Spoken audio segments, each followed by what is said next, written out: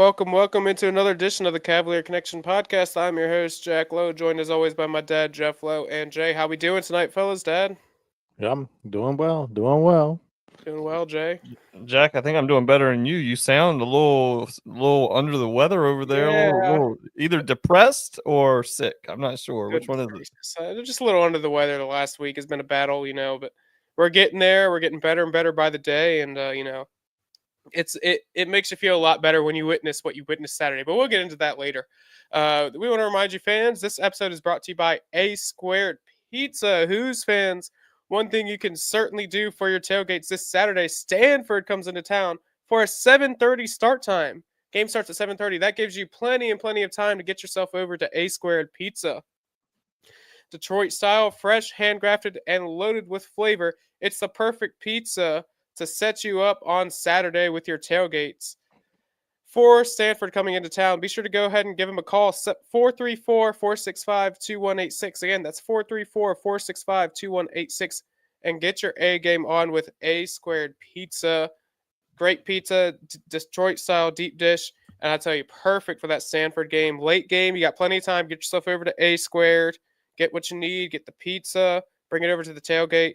Serves for a great time. Great pizza, right, Dad? You can vouch. Yeah, and if you want, you still probably can go ahead and make a call right now and get some for your back half of Monday Night Football. Yeah, absolutely. That's right. Yeah. Great idea for those of you in the Charlottesville area. With that being said, we're going to get into what happened Saturday afternoon. The Who's played against William & Mary. We're going to do our Mincer's Moment of the Week. So a couple records set by the Who's Saturday. A lot of things that could have been used as Mincer's moments. But this particular play from a guy by the name of Harrison Whaley, transfer from the University of Wyoming, set something in the record books. And we're going to go ahead and take a watch now. Let's look. I feel for the young man. Yeah, because I do Isaiah too. Levon is one of their stars. Absolutely.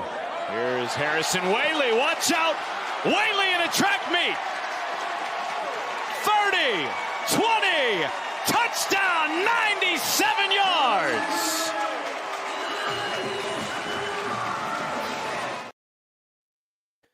So that 97-yard rushing touchdown from Harrison Whaley is a record, the longest rush in UVA history, breaking the record that was set against Texas Tech, I want to say, in the Gator Bowl. And just an unbelievable rush from Whaley. There's not much more to say. You open the second half like this, you force a punt, and the first play from scrimmage in the second half for UVA, what does Harrison Whaley do? He takes it all the way and punches William & Mary in the mouth. He took that record from Mikel Simpson. Yes, that's it. I couldn't think of the name off the top of my head. Mikel Simpson, I'm only mentioning on him is the video game NCAA football, who knows what year. I just remember him on that game. His speed was crazy. I want to say he was like in the 97, 98 speed range, something ridiculous. And on Twitter, he still goes by Mikel Juice Simpson. Mm-hmm. Yeah. And he Not to be congratulated him. confused with OJ Juice Simpson. No. Goodness gracious. Couple things on that though. I don't know if y'all listened to the Ball Hawks post game. So John Freeman, Ball Hawk walks in Saturday, and they're just doing their pregame, chatting it up. And John Freeman says, I think we're going to have a 97-yard touchdown run today. Oh, I didn't hear that. Crazy, like just random. Like I think today's a good day for a 97-yard touchdown run. And when they set the ball down, they down to, I think it was a punt or whatever at the 3. He said he said to Ball Hawk, this would be a great time for a 97-yard touchdown run. And then whoop to the house, Harrison Whaley goes. And then Jack, I don't know if you have that interview. That makes a lot of sense. So listen, I'll say this. I didn't hear that. Okay. But it makes a lot of sense because I watched that broadcast. I sit right next to the broadcast booth every game at home. I sat right next to that broadcast booth, and I looked over when Whaley broke out, and I've never seen Freeman get so excited over a play. And I've seen Freeman call a game-winning play against Boston College. I've seen him call unbelievable touchdowns, interceptions, because he's in the corner of my eye. I watch him. I've never seen Freeman. So he was jumping around in the booth, giving the fist bump. Ball Hawk said he just took his headset off and put his head down. Ball Hawk took his headset off and just stared. He just stared. I'm telling you, he took his headset off and just looked at him. And then he looked at me. He's like, like at first I was just like, originally I'm like, he just couldn't believe what was happening. Now that you say that, things make 100% sense. I've got to talk to Freeman about that next Saturday. That's unbelievable. Yeah, it's pretty Did crazy. he give us some lottery numbers? Yeah, I know, right? John, you got the Charlottesville lottery numbers, man. Come on, that's incredible. I didn't know that. I'm glad you shared that because that's incredible, and that makes so much more sense why Freeman was so excited. I mean, obviously anybody's gonna be excited. You're running 97 yards into the record books. I mean, come on now, Harrison Whaley. What a play, by the way. What a play from Harrison Whaley. And I think let's get into that now. There was one block that set that play off, and as soon as you saw that block, and I want to say it was Eli Wood with the block. It might have been. I missed it. It was a kind of a crackdown block, and it was only one guy right there. As soon as he hit that block, he cut to the right off of it, and his speed, like Noah Vaughn should have had a breakaway, but he got caught. And we've had some other chances where other players, receivers too, they'll get a breakaway, but then they kind of get angled down or run down. You're not catching Whaley. I mean, that dude was. He was increasing the distance between him and the defenders throughout that run. He was super impressive. And to think, honestly, like, I don't know what got banged up, but he was our 4th-string running back. He's our 4th-string running back. And I believe, and I might be wrong, but I believe he is the current active Division I all-time rushing leader that is active currently with most yards rushing. And he's talking about Vaughn? Whaley. Yep, you're correct. I was gonna say it ain't Vaughn, but yes, Whaley, because we, they he had a ton of yards at Wyoming, and I want to say he might have had a stop before Wyoming. I'm not 100% sure, but I heard somewhere, and I don't remember. I'd give credit, but he's the all-time active, meaning the guy who's currently playing college football with the most yards rushing. Yeah. With that being said, and that was our Mentors moment. Big shout out to Mentors for bringing us that moment and unbelievable run from Whaley. Let's see what Whaley had to say post game against William and Mary in his interview with me. I talked to him for a minute and a half. So let's hear what he had to say. Good. How are you? Good. Unbelievable performance. Just talk me through that game. How do you feel? So many yards. What were your thoughts today? If I thoughts wise, I wasn't thinking very much. I was just out there playing, having fun. It just felt really good because it just felt like a unity. Like the whole team was just together, and just like what we seen in practice was just coming together. So it felt really good. And without my O-line, I couldn't do anything. So I'm excited about them. O-line's been good for sure. Coach mentioned in the press conference that he had to apologize to you. I guess something with you were leading in yards and you weren't getting as many carries. And he said you had an amazing mindset. Talk about that mindset a little bit and how you transitioned it into a game like you did today. I mean, my mindset was just like I just gotta work harder. I just gotta work harder, do my best, and be as perfect as I can because my opportunity is gonna come eventually at some point. I don't know when's gonna come, but like he said so many times, when you get the opportunity, you just take advantage of it. So that was my where my mindset was at the whole time. Just when my opportunity come, I'm gonna go out there and perform like I know I can. And how's it feel to have your name engraved in UVA history for now until somebody else breaks a 97-yard touchdown run? It's pretty cool. I was not expecting that, but it's pretty cool. How long did it take you to catch your breath after that? He's just on the sideline.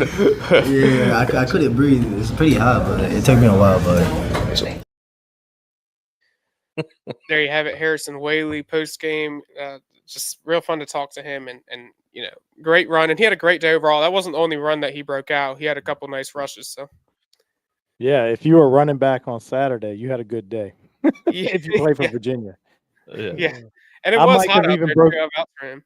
So I might could have broke a 5-yarder myself. I might could have went for 5. But man, 97.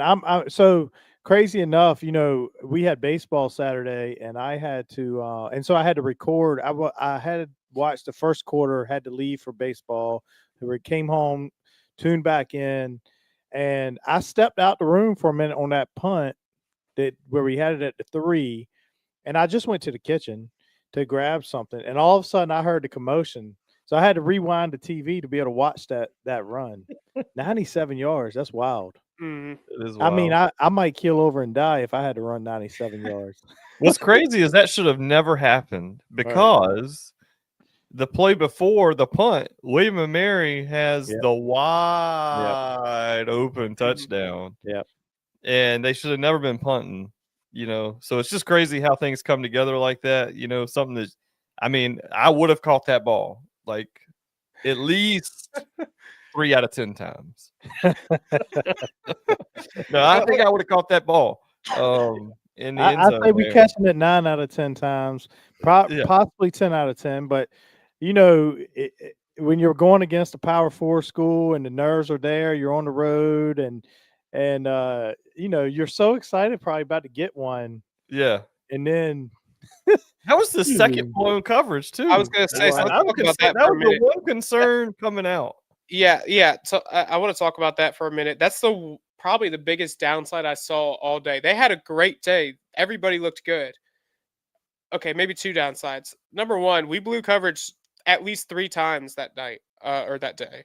You had the one that William and Mary did take advantage of. You had a couple drops. There's a couple times where our deep zones are just either not there or somebody missed an assignment, or I really never look back to see because nobody's within like 10 yards radius of these people. Nobody's chasing them. They're as free as can be down the field. And that really concerned me. And like you said, we got really lucky on that one. He dropped the touchdown. And then that led to the 97-yard punt or the 97-yard run. The other thing I'll say, it was better. I'm still not overly impressed with the pass rush though. And I know Virginia only brought 4 pretty much all day. There was a couple times they had sacks when they brought 5 and they blitzed on zone blitzes. Still not overly impressive, but it was better, so I'll give him that. It was better. We got a couple QB hurries as well, so the quarterback was pressured. It's just that if you're bringing 4 against an FCS level opponent in William and Mary, I would expect you to have more pressure than they did. But I'll take what we had. It was a great game. I just wish it was a little better. That's all. Well, I think that also though you saw substitutions, and There's a lot so of substitutions. it wasn't first string, second string. We were down, a few strings but we had a freshman getting time out there, so that changes your look as well. So it wasn't our main guys out there playing, but I hear what you're saying for sure. I mean, what was the final score? 55. Jay, you had the final. 16. You had the Virginia. 16. You had the I Virginia side on the right, button. but it's 16. 1 digit yeah. off. Yeah, that's right. So yeah, I mean, it's William and Mary. We expected to beat them. I told you on the pregame when we saw that spread of 27 or whatever it was, I was like, man, I need to get out of the state real quick. I need somebody to log into my account, bet everything in it. I was highly confident we were going to beat the brakes off of them. Yeah. I even feel this week we're only favored by 14.5 against Stanford. I haven't seen the line. Is that what it It's is? changed around. I think I saw about 13.5, 14.5 as well. I saw 14.5. I feel like that's free money too. Do you? I do. I They don't. did just beat Boston College, so I'll they're say going to this. come with some confidence. Yeah, I I'm know. not as confident as I was in Stanford a week ago because of what they did to Boston College. I'm confident Virginia will win. I wouldn't take 14.5 though. I think that's a bit large. And we'll get into that more later this week and maybe even later this episode. But I that Stanford game intrigues me. It should be an easy W. I think Virginia should 100% win by multiple possessions. I don't know. Something worries me about that 14.5 though. So, But I do Virginia, think they're sleeping on Virginia. I think Vegas is not sleeping. I think they're just behind on how good Virginia is. Now, I will say, every week we get further from Coastal Carolina, I'm like, oh my God, Coastal Carolina is awful. East Carolina beat them 38-0 this week. Yeah. And then, we beat William and Mary 55-16. NC State struggled with Wake Forest. So, like, I still am just not sure how good we actually are. But the offense is like top 10 in the country, in yards per game right now. Again, looking at the opponents, I don't even know what that means. It's really, it's like, I think I know what we are. I think I think we're a pretty good team. But honestly, with is NC State good? I don't think so. Defensively, they're not. I think Virginia offensively, I think this is legit. And I know William and Mary, putting them up on William and Mary, putting them up on Coastal, but NC State, we put them up on NC State. And we should have had a lot more. A couple bonehead mistakes, and we end up, with Didn't what did score we in the finish? fourth quarter either. What's that? We did not score in the fourth, so you scored 31 in 3 quarters. And we probably should have had at least 37 in that game. That's a lot of points. Virginia football has not done this in the Tony Elliott era at Correct. all. Not at close. all. This offense is fun to watch. They are getting it and going. As Ballhawk says, you got to give some flowers. I got to give Des Kitchen some flowers and Tony Elliott his flowers for bringing in the level of talent that came in is unreal. I mean, it's just weapons everywhere at the receiving core. Whaley, like you said, was listed, I think, 4th on the depth chart coming into that game. But everybody who touched the ball, running the ball, they were running all over the field, the tight end position. And then one more big one, the offensive line, once again, is William and Mary. It's Coastal Carolina. We don't know what NC State's going to be, but they are 3-0. Hasn't given up a sack, not one sack. So offensively, this team has got a gear that I haven't seen since Bryce Perkins and Bronco Mendenhall were coaching. Brennan Armstrong. What's that? Brennan Armstrong, the 2021 year. Yeah, no, and I think there's a lot more weapons on this team than that team. The thing that gives me some hope is ECU appears to be pretty good. Like ECU's not terrible. And I was judging ECU. I was judging NC State harshly off of how they played against ECU. And I think ECU is actually a pretty decent squad this year. So it's one of the things when you come into a new year, especially in this transfer portal era, you can think what a team is going to do, but you really have no clue until that game. The first game kicks off, you start to get some data and you can dive in. But yeah, I think the offense, like you said, you got to give Coach Kitchens his due. But it's like, it's the Phil Jackson with the Bulls argument. No, and then he goes to the Lakers. When you get some really good players, the coaches look really good. And last year we didn't have really good players in a lot of spots. And so the biggest thing for this offense, this is the bottom line. The biggest thing for this offense is the offensive line. No question. The offensive line is so good. I mean, you saw, I think it was the first possession Virginia went for on 4th down. Nobody open. I wasn't the biggest fan of the play call. Nobody was really open. Not many great routes. Chandler Morris had about 10 seconds in that pocket before he finally decided to run and get the first down for 7 yards. The O-line gave him so much time. Again, this is William and Mary. Let's not overreact. But the offensive line has been good through the first 3 weeks. No sacks given up. The run blocking has been good. All 4 running backs are able to achieve pretty nice runs behind this offensive line.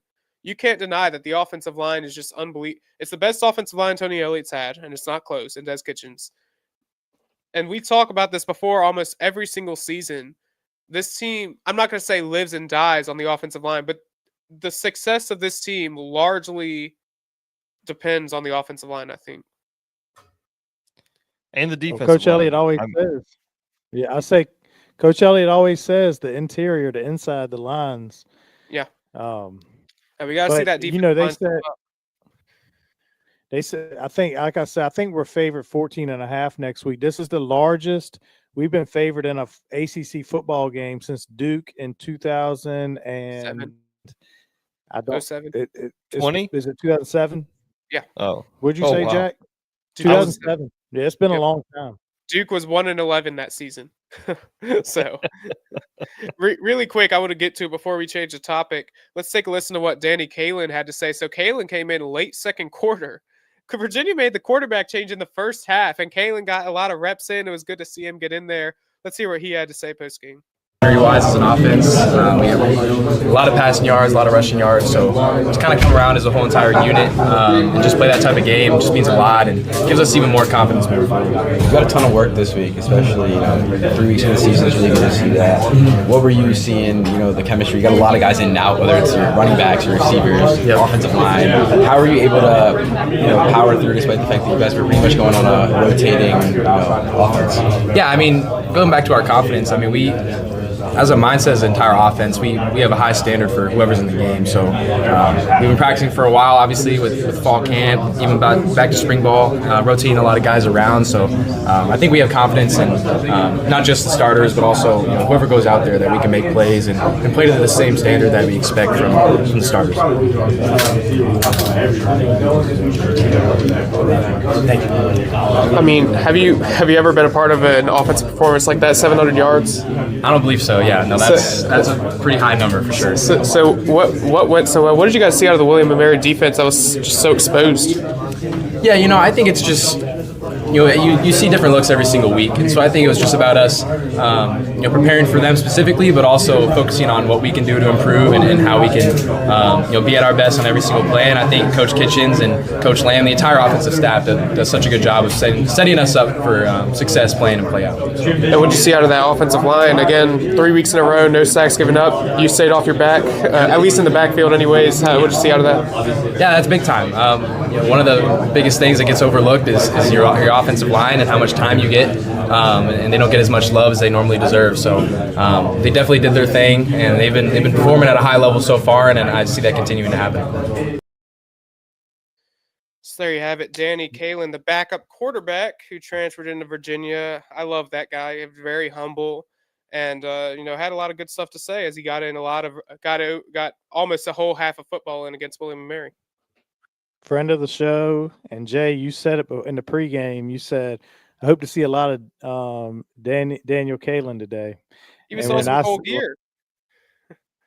Yeah, we did. I'd say once he came out, I said, "Well, Jay gets his wish." Yeah, he looked good and had some passes on the money. He had a couple drops where his stats could have even been more impressive. But. Yeah, I mean, it was nice to get him some run. It was nice to get Gear in the game as well. I would have liked to have seen our guy, friend of the show, Bjorn Jurgensen, get in for a few snaps. Yeah, I'm not sure that Bjorn was dressed. I don't think I've seen him dressed in any of the games. He's definitely redshirt. I mean, I'm sure Gear is trying to use a red shirt too because they're not going to play. But I don't know what the limit is, 3 or 4 games. But it's 4 games. 4 games. Which, switching gears, Jack. I don't know. Well, I'm not going to say this just yet, but there's some interesting things going on. We can talk about it. Yeah, we're at the 23-minute mark. So let's go ahead and transition. So Saturday during the day, we had the pleasure of watching 700 offensive yards, which, by the way, we never mentioned it, was a record for Virginia. That's the most total yards Virginia has ever put up in a game. The last number was 691 from the 1968 Virginia Cavaliers, headlined by Frank Quayle, the running back. So that's the last time, 691 yards, and it just now got broken. So incredible feat for the team. So that was a lot of fun to watch Saturday during the day. So I drove home. I probably left Charlottesville at about 5:30 or so, and kicking off at 7 o'clock. The Monarchs of Old Dominion traveled up to Blacksburg to play the Virginia Tech Hokies. So I was in range, so I was able to listen on the radio, and well, I think we saw funerals. What we saw, Virginia Tech got smoked by Old Dominion, and it wasn't close. It was ugly. And Sunday afternoon, head coach Brent Pry was fired. Virginia Tech football is now in the toilet. They don't have a head coach. They're 0-3. They lost to Old Dominion. Brent Pry's tenure begins with an Old Dominion loss and ends with an Old Dominion loss. They're 0-3 without a coach. Things are looking as down as ever for Virginia Tech. The fan base is out. A lot of empty stands late in that Old Dominion game.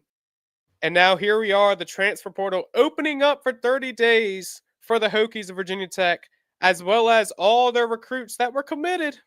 They were 1,000% committed to Virginia Tech football. Not going to go anywhere else. Oh, what's that? The coach got fired? Oh, man, I'm going to open back up my recruitment. So let's get into this a little bit. I like this conversation. Jay, what do you got to say? Was a couple things. One, that's what I was going to bring up. Just interesting that, even the guys that have played big time minutes for them, their starters, could choose to enter the portal. They've played 3 games, and you can play 4 and maintain your red shirt. So they could transfer and maintain this year as a year of eligibility. So just interesting to think, if they don't want to stick around. I mean, you got to be. I mean, it's kind of ballsy to fire your coach 3 games in when guys, you could literally take this program to a point where they couldn't field a team. If the guys just jump ship, they could literally be in forfeit mode. If it came to that, I don't know that, not projecting that, but I think I want them to have to play with like a JV squad, first of all. But then, Bull Richardson, our commit from Verona, D lineman, he posted on X, y'all Virginia Tech recruits, y'all already know where home is in Virginia. And, who knows? Maybe we swing a couple of those kids to the good guys. And, I have some slight concerns. Like, I wish they'd have ridden out Pry because it was going I so agree. poorly. I agree. The change, I think, is going to be terrible for this year. Like, I think they beat, Wofford or whoever. I think they play Wofford this week. Their schedule is tough. I don't play know Wofford. I don't know that And they then win another one. I mean, maybe they After do. that, they play 8 ACC games in a row after that. The combined ACC record and everybody they play, 20-2. 20-2.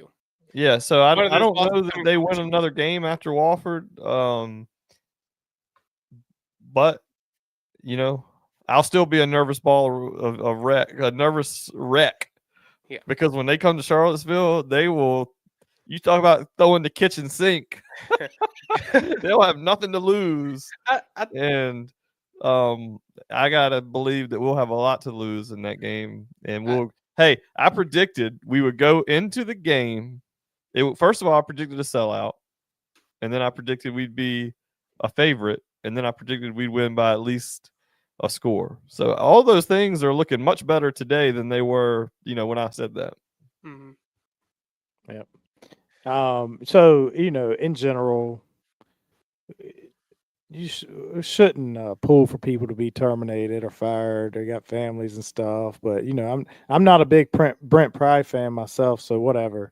Mm-hmm. Throw that out the way. And Virginia Tech fans, they don't give a crap either. They're happy. I'm not as happy that he got fired. I wanted him to stick around. Mm-hmm. I was looking to raise money to keep him at Tech. But anyway, it couldn't happen to a nicer fan base. I seen somebody posting on X, their fans deserve better. No, they don't. All they preach at Virginia Tech, all they preach to the choir. Preach to the choir. Football. Oh, y'all won those Olympic sports national titles.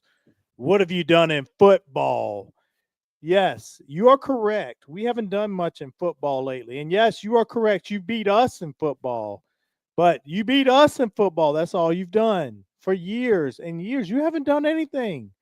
And that's what you preach. Football. Basketball don't mean nothing. Oh, you won a national title in basketball? That don't mean anything. What did you do in football? Oh, you won a baseball national title? That don't mean nothing. What have you done in football? Oh, you won swimming? You got Olympic swimmers winning gold medals? What have you done in football? Well, guess what, Virginia Tech? What have you done in football? When's the last time y'all were successful? Y'all suck. You suck. You beat us. If you wanna celebrate beating Virginia, go right ahead. But you've sucked in football. You've done nothing in football. You're living off of Michael Vick and a #1 ranking in the country and playing in a national title game that you lost. You've done nothing. Your sports, your background that Jay has nothing back there. Nothing. And you've preached football, Sons of Saturday. Guess what? Saturday, y'all made a fool of yourself, and that's the clean word. You wanted to post a picture of Virginia, of Scott Stadium being half empty with William and Mary. And then, woof. Well, woof this. Guess what? The picture of your stadium down 28-0 to ODU at halftime.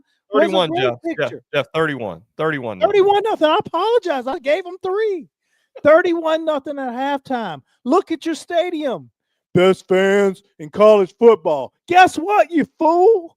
Guess what? All of you are fools. And now you're on X talking about, well, I know Virginia's set up nicer right now, but our program is much better. Our fans, well, your stadium was half empty as well. Screw all of you Hokies. As I said a few weeks ago, same thing. Here we are, 0-3. Got your tail whipped by ODU. You're 0-3. Your coach is fired. Football. We celebrate football. What have y'all done at Virginia in football? We're a football university. That's all that matters. Football. Okay. Guess what? Our coach is still standing. We're scoring 40 points a game. I don't know what this season is going to behold, but I know this much. It's going to be better than Virginia Tech. Thank you. Rant done. Wonderful. So, hey, Cardiac says that the first starter hit the portal tonight. Yes, it was a That corner. could get corner. That could get interesting so Corner. fast. Yep. Like literally, Yep. Wofford could go into Lane Stadium. Wofford Hey, can could go we? into Lane Stadium and steal one. Yeah. Hey, listen. Friend of the show, Jake Malasek. Talk to your boy John Gruden. Ask him about the Hokies. Open that box again. They suck. Yeah. John Gruden, they're 0-3. We're talking Hokie football here. Look at this. Well, guess what? They suck. They suck. Jake, let John Gruden know Virginia Tech football sucks. Let's just hope that John Gruden don't go there. That's my I'm a little He more ain't worried going about there. that. The more I think about it, the dude cares about money. Virginia Tech can't pay him what he's worth. no. And listen, you compare the two programs. You look at Virginia. Look at the money that was infused into the football program. We are Just recently, striving. Earlier this week. We are striving to, and you talk about a job. Coach Elliott needs to win, because if he don't, this is a great gig for somebody else. They are striving to win in football. Carla Williams says it all the time. They want to win in football. And so we're putting the resources and the money to it. So I don't think that John Gruden, I don't think they can afford John Gruden. If they do and bring him in, then there may be some trouble coming our way. But I'll believe it when I see it. I think Vic is more realistic, but I think he would fail because kids Bring don't Vic want to in come there. play. Kids don't necessarily care to come play for Vic. Like, he don't mean anything to these kids. Like, No. he's too far gone. Like, his name carries some weight, but the kids want money now. So And his lack of experience, and he's not like Dion who had a kid he could bring in, and at quarterback and make a difference right away. And the other guy that I don't want to see go there is Shane Beamer. Shane Beamer. I don't want to hear no Beamer ball. Good Lord. Yeah. And listen, can I get one more thing off my chest? Keep going. These announcers on ESPN, why are we still talking about the special teams at Virginia Tech? Frank Beamer's been gone forever. Beamer ball's been gone forever. They want to continue to talk about they play that great special teams around here. Guess what? It's 2025. That crap ain't happening anymore. Right. All right. Mm-hmm. I'm tired of hearing about it. That's like announcers saying, "Oh, Virginia loves their shot clock violations now." They don't do it now, so why not quit the turnovers or the special teams at Virginia Tech? Listen, the financial side of things with the money that's been invested into Virginia football and the way it's been invested into football as of late, even a week ago, another donation. The facilities, the brand new facilities at Virginia that's top notch. It competes with any SEC school. All the money in the world. A very, very valuable school to coach at. All the great transfers that you've seen come in, and you have the money to continue to pay that NIL. You can't sit here and tell me Virginia is not a valuable job. And I don't want Coach Elliott to get fired. I don't want that to be a job on the market. But so help if that job is on the market in the offseason. You can't sit here and tell me that that's a very vulnerable, a very good option for any coach who wants to go start a new tenure somewhere. Let me give Virginia Tech two pluses on us. Number one, their academics are nothing like Virginia, so it's easier to get people in there. That's number one. And number two, I'll give them their fan base in the stadium has been much better than Virginia's. I will give that to them. I'm taking a shot at Sons of Saturday because they took a shot at Virginia on Saturday, but as a whole, their fan base, their home field environment is much better than Virginia. Virginia's trying, but it's much better. But and of course, it's a benefit. Number one, you don't have to be as smart to go to Virginia Tech. Number two, getting transfers in there is a lot easier than at Virginia. You saw what was it, Edgerrin? I forget who it was. Yeah, what they had to do. That is crazy. Yeah. I can't imagine taking that many classes. It was like 32 hours between the spring and summer. I mean, there had to be some professors there. This had to be like underwater basket weaving, disguised as trigonometry or whatever. Like how the heck do you take 32 credits? I don't know, but it's a big difference. Mm-hmm. It's a big difference for sure. I was happy watching that game. I tweeted out, I've never had so much fun scrolling on X and Twitter during Virginia Tech game, during any game in general. I had just gotten home from UVA in time for the middle of the second quarter. I was having a lot of joy watching that. I had a lot of joy, not happiness, a lot of joy in my soul watching that football game. Joy. And I don't think it happened to a more deserving fan base than Virginia Tech. A more deserving fan base. Yeah. Jeff, I'll say this. I think you were right. I think it was 28-0 at halftime. And then ODU came out in the third and tacked on the early field goal. It was just bad. No matter what, it was bad for them. It was so great. It brought, as Jack said, I had straight joy as well. Man, I mean, as former Monarchs, Jay and I, former Monarchs, Jack potentially going to ODU next year, who knows? But it brings great joy. And, it sucks as a Virginia fan that, as Jack told me, ODU's beat Virginia Tech 3 times in his lifetime compared to 1 time for Virginia. So that sucks. We better take care of business this year for sure. No excuse. There's no. I want to hang on. If they're out there playing with a JV squad, whatever, if we can hang 150, let's do it. I don't care how many. Like Tony Elliott better not take. I don't even want the bench to play. This is the last game of the year, unless we're making the playoffs, the bowl game, whatever. I don't care. Listen, you beat them 100 and what? You just beat them to death. You play in the locker room. You put on the screen the picture of those idiots on our field snapping team pictures 2 years ago. Yep. You take pictures and let the team see it and say it's payback. So you know what, and we're going to show it right now at halftime. I don't care.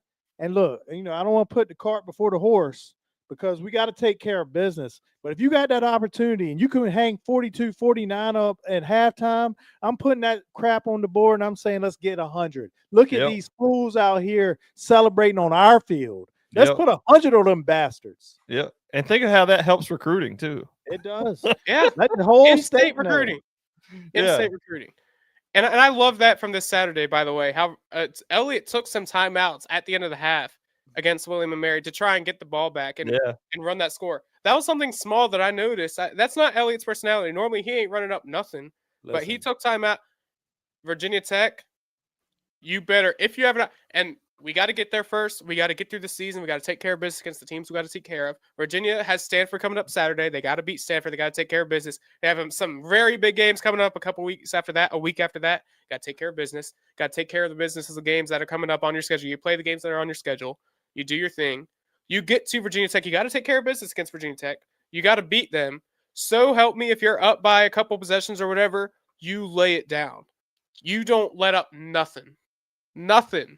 But let's take care of business. We got Stanford coming up Saturday night. Let's win the ACC opener. That's what Coach Elliott said at the press conference. Hey, our next goal, win the ACC opener. NC State didn't count as an ACC game. That was we got lucky. That's not a non-ACC game. We open up the ACC, play Stanford Saturday night. Let's go 1-0 in ACC play. And then we got a big game coming up Friday night the following week.